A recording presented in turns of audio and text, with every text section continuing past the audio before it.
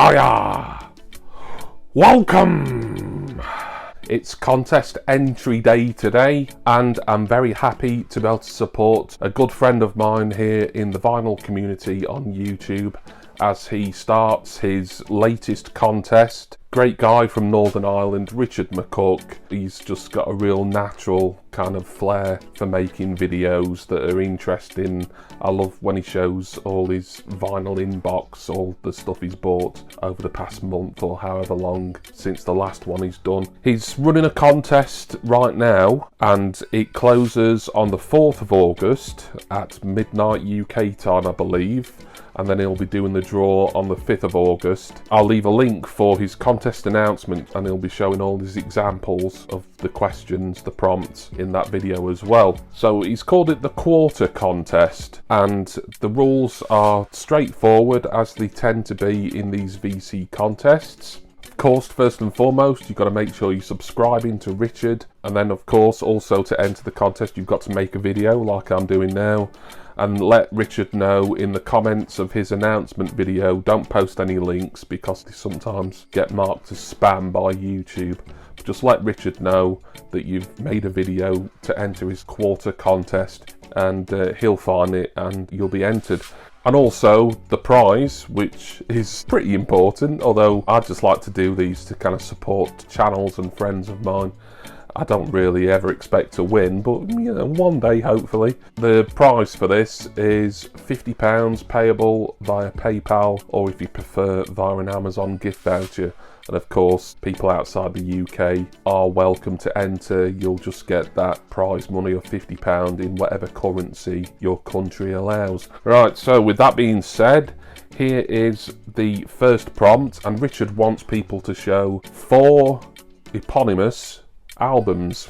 It made me laugh seeing how many people weren't sure what eponymous meant. I mean, I thought that was pretty self-explanatory, Richard, but okay. It means self-titled, so the name of the album is the same as the name of the artist. Very simple.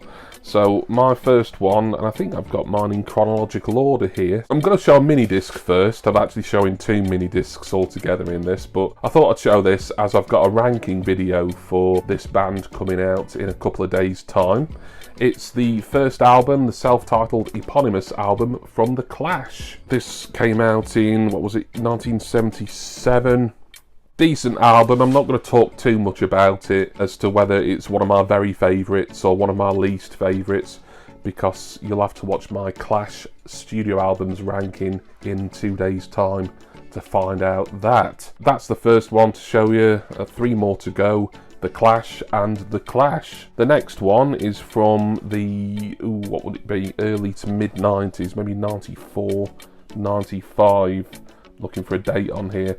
Anyway, it is Weezer by Weezer. Now, I could have actually picked 4 Weezer albums for this prompt, because Weezer have released multiple self-titled or eponymous albums. Because they've released so many, they always tend to get called by the main colour scheme of the sleeve. So this one, their debut album, people tend to call it the Blue Album. They've also released the Teal Album, the Black Album, the Red Album, the White Album. I feel like I'm missing one, the Green Album. But I just thought I'd pick this one as it's Weezer's debut. Has Buddy Holly on it. I love Weezer, probably my favourite American band, and Buddy Holly remains a great single, so that's Weezer and Weezer. It does qualify, even though you might hear it be referred to as the Blue Album. Next up is a band like Weezer, really in the power pop genre, but they're a British band as opposed to American. They were doing pretty well in the late 90s and then kind of faded away. This is the debut and eponymous album from Silver Sun. I love Silver Sun. I've recently got reissues of their originally Japanese only compilation albums that came out on vinyl for the first time. This is an original 1997 pressing of their album. Some great singles on here that I've loved since I was a teenager, like Lava, Golden Skin, Last Day, Julia, Silver Sun and Silver Sun. Excellent. And the fourth and final eponymous album, and this might be my favourite of the four actually. It's the one I've got least kind of listening experience of because it's the newest, but I got this originally. I decided to investigate this band because I heard Steve Carlson play some of their music on one of his Sunday videos. I just fell in love with them. It's the eponymous album, the debut from Cigarettes After Sex. This is just fantastic, this. Really love this. Dream pop from, I'm not sure if they're like a 3-piece or a 4-piece. I'm a bit ropey on kind of the names of the members and release dates and stuff. This has got a copyright date of 2017, and I think this is like an original or thereabouts. So this is a relatively new album, at least compared to the others that I've shown, but I think my favourite of the four here, Cigarettes After Sex. The next prompt, Richard asks, is for you to show the album in your collection with the most characters in the title. So characters obviously will be letters, digits, brackets, parentheses, punctuation, all that sort of stuff. And I know that the album that I've chosen here isn't going to be anywhere near as long as some of the examples I've already seen, but from my research, and I was scouring Discogs for what felt like ages to check on long album titles that I've got, count up each character and everything, I think this one wins out in my collection. I could have gone with like live albums, there's compilations, even a couple of soundtracks I think, where the titles are really long, but I thought, that feels a little bit like cheating doing that, so I'll just stick in studio albums. And the album I've chosen here, or not chosen, I mean it qualifies as, to the best of my research, the longest title character-wise in my collection is Ben Folds 5 on minidisc, and the title is The Unauthorized Biography of Reinhold Messner. I've only listened to this once, but I did enjoy it. I got it some years back, quite cheap on eBay. The Unauthorized Biography of Reinhold Messner, by the way, has 41 characters. There's no punctuation or parentheses, but a few long words in there, 41 characters. So as far as I know, and I may have made a mistake and missed one somewhere, but I think that this one is the longest title in my collection. It's a good album as well. I need to listen to this again actually, because like I say, I bought it just on a whim, as I do with a lot of mini discs, but I ended up really enjoying it when I got it. So the final prompt, not quite the final one because there's a bonus question afterwards, but I'll get on to that. But the final prompt is the opposite of showing the album in your collection with the longest characters. It's to show the one with the least characters. And I think I've got everybody beat here, because I can show an album with the title having 0 characters. Why?